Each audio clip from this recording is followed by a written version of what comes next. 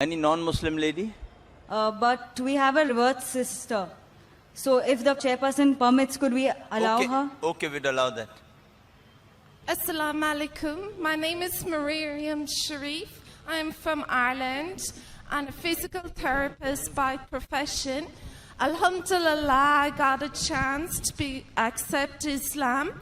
But my question is, my father never got the chance, and shirk is the biggest sin. And I want to know if there is a specific dua or something I can read on his name so that his sin will be forgiven. Sister asked the question that alhamdulillah, she has accepted Islam, and she says that unfortunately her father, he died as a mushrik. So can I read any dua, anything in his name so that sin can be forgiven? Sister, the Quran says in Surah Nisa chapter number 4 verse number 48, Surah Nisa chapter number 4 verse number 116, that if Allah pleases, He may forgive any sin. But the sin of shirk, He will never forgive. Because a person who has done shirk has committed the most heinous sin. So if the person is doing shirk and before he dies, if he repents, inshallah Allah will forgive. But if he dies as a mushrik, he is destined for hell. There is no other option. And this is also narrated in the Quran.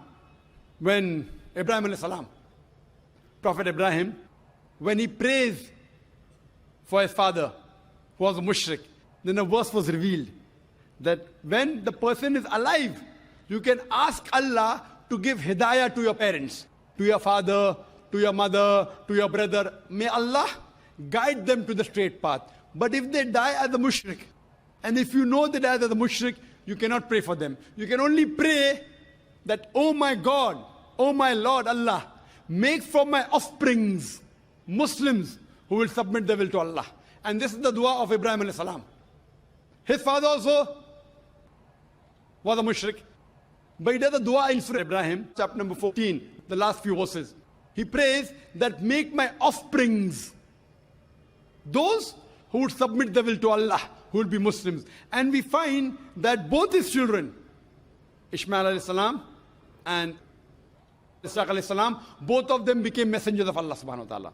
So what I request to you, sister, you make a dua to Allah subhanahu wa ta'ala that may your offsprings be the ones who will submit their will to Allah and be on the straight path. Hope that answers the question. Jazakallah. Yes, brother. Assalamu alaikum wa rahmatullahi wa barakatuh.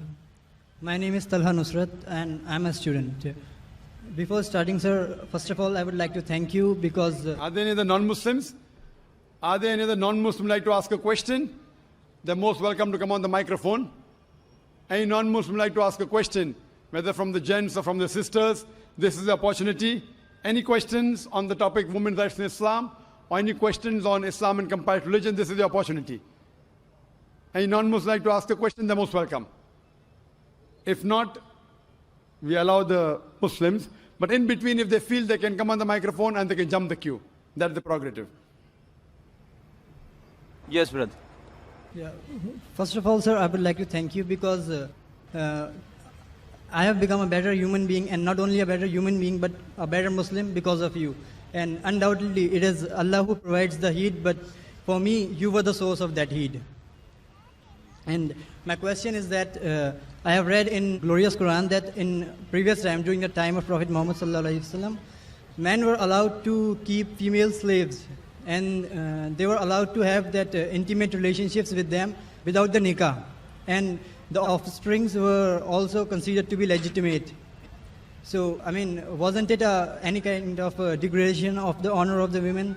And were women allowed to do that, or this privilege was only confined to men?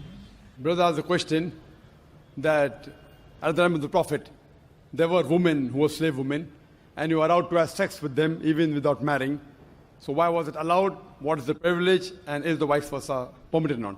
There are many verses in the Quran which say that you can have sex with whom those are your wife and what your right hand possesses.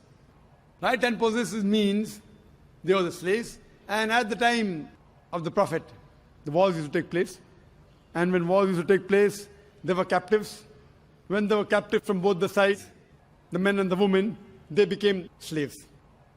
Though if you analyze, there are verses in the Quran, which also says in Surah Nisa, chapter number 4, verse number 25, if you do not have the means to get married, then marry a slave woman and give her freedom in mahr. That if you don't have the means to get married. So marry a slave woman and give her freedom as mahr. So here it's encouraging that... Although the slavery has been abolished, Brother, you asked a question. The question is over. it is correlated actually. You cannot correlate. You have to go behind the queue to correlate. You asked the question, we heard your question, it was long. If we start correlating always, non-Muslims are allowed. Muslims, you can go behind the queue, no problem. If we start correlating, we'll be able to handle very few questions. For non-Muslims, I'm a bit more lenient. So now the thing is that, so it's preferable to marry. Vice versa, it's not possible. It is only for the female women slaves that the man can have sex. The Quran doesn't say the vice versa. And this again, if you analyze, that if you see, at that time promiscuity was very common. Promiscuity and having sex outside the bond very common. So Islam has brought it in stages. Like as alcohol was very common, the first verse of the Quran of Surah Baqarah chapter 2 verse number 219 says that in alcohol there is profit and loss. Loss is more than profit. The next verse was revealed in Surah Nisa chapter 4 verse 43 that do not pray with your mind befogged. Means when you're praying, don't have intoxicants. Finally the ban came in Surah Ma'idah chapter 5 verse number 90 that alcohol is banned. So here, first Almighty God, Allah subhanahu wa ta'ala prohibits any other sex. Only two people allowed. Your wives and that which your right hand possesses. Now in this age, we don't have, any walls. It may take place. People say that the Quran talks about slavery. Is it justified? I said, yes, why not? You know why? Because today we know that internationally slavery has been banned. But do you know what's happening in Guantanamo Bay? Due to the laws of UN resolution, how they treat the prisoners of war. If you compare that with the Islamic law is far superior to what's happening in Guantanamo Bay. And after a few days, we have a speaker coming by the name of James E. He's a Chinese. And he was put in Guantanamo Bay. He will give you a story. So do attend that talk. So if you see what is done in Guantanamo Bay, and the way the prisoners of war are ill-treated, they're imprisoned. In the Islamic law, the slave is free to move around. Imagine, prisoner of war, but free to move around. Great. Major thing, you're giving them a place to walk. They can go to the market, they cannot run away. But if they run, what are you going to do? You'll have to catch up with them. But imagine a prisoner of war is not chained. In the normal prisoner of war, you have prison camps. With electric wires, they can't go out. All sorts of nonsense goes there, All sorts of sexual abuse goes there. Do you know that? What nonsense goes? So, the Islamic law, even if I agree, how they treat the slave is far superior than the UN Charter. Far superior than Guantanamo Bay. But in Islam disagrees with having sex outside the marital bonds. So just as a restriction, it was permitted that time, what your right hand possesses. But preferable is, as it goes further, that give their freedom in mahr and have sex with them, that's preferable. Hope that answers the question. Thank you, sir. Yes, brother. My name is Anand. By profession, I am an interior designer. I want to ask, can a Muslim girl marry a non-Muslim boy? The brother asked the question that can a Muslim girl marry a non-Muslim boy? As I said that a Muslim boy cannot marry a non-Muslim girl until she believes. The same verse I quoted, Surah Baqarah chapter 2 verse number 221 says, do not marry a non-believing woman until she believes. A believing woman who's a bondswoman is far superior to a non-believing woman even if she allows you. The same verse continues, do not marry a non-believing man, a mushrik man, until he believes. A believing man, even if he's a slave man, a bondsman, is far superior to a mushrik man. An unbelieving man, even if he allows you. He may be the most handsome man in the world, he may be the wealthiest man in the world, but a believing man is far superior than an unbelieving man. So even the vice versa is the same, that a Muslim woman cannot marry a non-Muslim man until he believes. Once he accepts Islam, then very well, she can marry him. The same example of a car, that all the 4 tires should be same, one of a bicycle and the other of a truck, it will not work. Because the life partners, if you really love your wife, you would want her to go to Jannah. If the Muslim woman loves the husband, she would want the husband to go to Jannah. This life is temporary. So imagine you marry someone and you know that spouse is going to go to hell. So what's the use? So first you get confirmation that he becomes a Muslim. He agrees there's one God and the final messenger is Prophet Muhammad. Then there are chances that both will have the best of this world and the hereafter. Hope that answers the question. Anyone on the sister's mic? Yes, brother. Hello, good evening, sir. I'm Sadia Akram. I'm a first-year student of Business Management Studies. My question is that you said that Muslim girls are prohibited the professions of acting, modeling, and dancing. Does the same apply for men, Muslim men? The sister asked the question that I said that profession which exhibit the body, like dancing, like modeling, film acting, is it prohibited for men also? In these cases of film acting, modeling, if it goes against the Quran and Sharia, it is prohibited. For example, a Muslim man, models for some suit. As long as there's nothing haram in that ad, it's permitted. If something haram, if he models for black dog, whiskey, or champagne or alcohol, it's haram. Similarly, if he's acting, if in acting he's showing that he's a non-Muslim, doing idol worship, it is haram. Many of the Muslim actors, they behave like non-Muslim and they do shirk. Haram. Let him be anyone. Let him be the best actor in the world. His acting will take him to Jahannam. His acting will take him to Jahannam. But he's acting and doing a good role, not running after women, running around trees. If all this nonsense is the hijab is broken, it's haram. Otherwise, simple thing, without any haram activity, not breaking the hijab, following the Quran and Sunnah, making films which are Islamic, which will get a person closer towards Jannah, towards Allah subhanahu wa ta'ala, it's perfectly fine. So as long as what they are doing, acting and modeling, if it comes within the purview of the Islamic Sharia, it's permitted, otherwise it's haram. Hope that answers the question. Thank you, sir. Yes, brother. Assalamu alaikum. My question is, now the age of combined study, so is it permitted to study in field of medical? Because for women, so because most of 99% is we face non-mahram. Brother has a question that is co-education permitted, especially in medical colleges, correct? If a woman wants to become a doctor and there is no single-sex medical college, is it permitted? If the cause is there, the Islamic Sharia says, let a small loss take place to prevent a big loss. So now that lady, if she goes in a co-ed college of medicine and there's no single-sex college, it will be difficult for her to maintain a hijab, but she can. She can, not that she can't. She'll have to maintain a hijab. In medical colleges, the atmosphere is the worst. I've been to a medical college. MashaAllah, Allah saved me. Otherwise, medical college atmosphere is the worst in terms of breaking the hijab. Worst. And it's only Allah subhanahu wa ta'ala, MashaAllah, who can save you. Otherwise, the medical colleges, the girls and the boys, they have groups, they have to examine the patient, they stay overnight. It's very dangerous.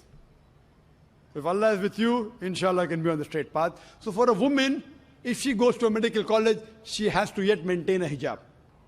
And in the college that I was, there were Muslim women who maintained them. Not all of them, but there were one or two who maintained the hijab. Maintain the hijab. See to it that if you have to, suppose if the patient is common and you have to take a common history with another gent, you have to take the common history of the patient, maybe the colleague is a gent, fine. When you talk, lower your gaze, not, oh, how are you? how is the movie? Did you see the movie? They're all coming. Oh, let's go for a spin. Let's go for a drive on the bike. So all these things if you avoid and see to it that if you have to talk with your colleague, you can talk with lowering your gaze, though the people will not like it. So she has to maintain a hijab. It's very much possible. As for examining the patient of opposite sex, the Quran and the Sahih Hadith give permission. Why? Because you're treating the patient. So doctor can see the opposite sex if required. Best is same sex, same doctor. Best. But you don't have it everywhere. That's the reason we have initiated in our activities in the United Islamic Aid a new activity called as Free Medical Center. So we have started recently, which will inaugurate after this conference. Sheikh Salah Budair, the Imam of Masjid Nabwi, will be inaugurating our center in Mumrah on the 10th of November, inshallah, 2 days after the conference. The uniqueness of this center, it is on the lines of Quran and Sunnah. Means, lady doctor will examine lady patients. Gent doctor will examine gent patient. With the area 2,000 square feet. Separate waiting area for ladies, separate for gents. Children can go where they want, no problem if they are young. But lady doctor will check ladies, and inshallah, we aim to have only MBBS doctors and MD, so that they're more professional. Everything air conditioned, but free. Good quality medicine. And inshallah, when I started this center, I'm a medical doctor, I intend to give better treatment in this free center than the own medical clinic that I have got.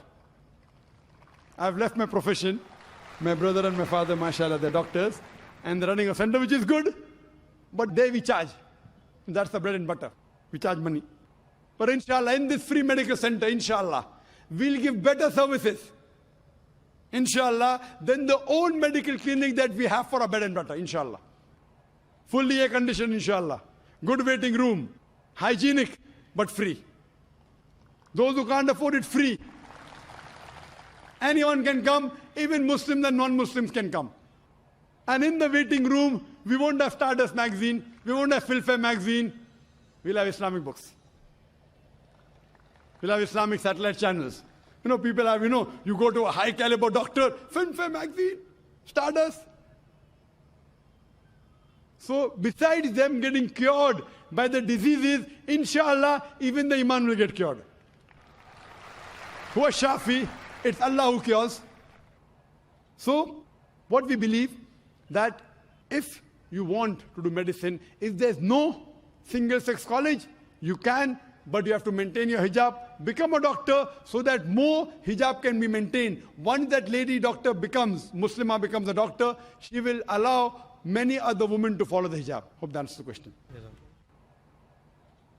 We'll allow only 2 more questions, one on that mic and the last question from this mic. And we have only 5 minutes left for Dr. ذاكر to answer those. Yes, brother. Assalamu alaikum. I am rewarded. My name is Abdullah Sheikh. Before it was a Shushan Kumar Mandal. I am from Panvel.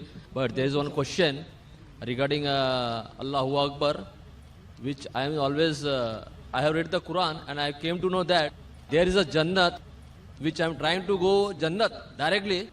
For that I have to follow the Hadith and Quran.